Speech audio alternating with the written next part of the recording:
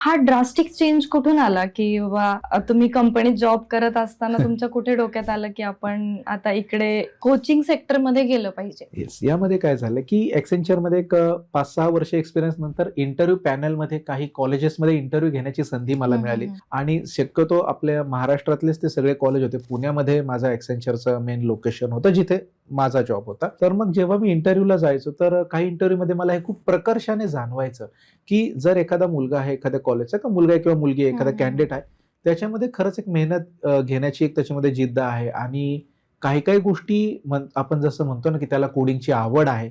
खरंच आपण एक अपॉर्च्युनिटी दिली तर तो पुढे व्यवस्थित त्याचं आय-टी करियर करू शकतो. बरोबर. पण काही-काही असे बेसिक स्किल्स त्याच्यामध्ये लॅकिंग आहेत. त्याच्यामुळे मजबुरीने मला त्याला इंटरव्ह्यूमधून रिजेक्ट करायला लागायचं. कारण ऑफ कोर्स त्या कंपनीच्या पॉलिसीज, त्या गाईडलाईन्स तशा होत्या. त्यावेळेस मी हा विचार केला, की जर अख्ख्या महाराष्ट्रातील सर्व मुलांना हा प्रॉब्लेम आहे, तर मग आपणही सामान्य बॅकग्राऊंडमधनं आलेलो आहे. बरोबर. आपणही त्यांच्यासारखंच कुठेतरी मराठी शाळेत शिकून पुढे डिग्री वगैरे केले. मग हं, हं. आपणच याला सोल्युशन का देऊ नये? आणि बरीच महिने, वर्ष हा विचार डोक्यामध्ये हं, घोटाळत हं, होता हं.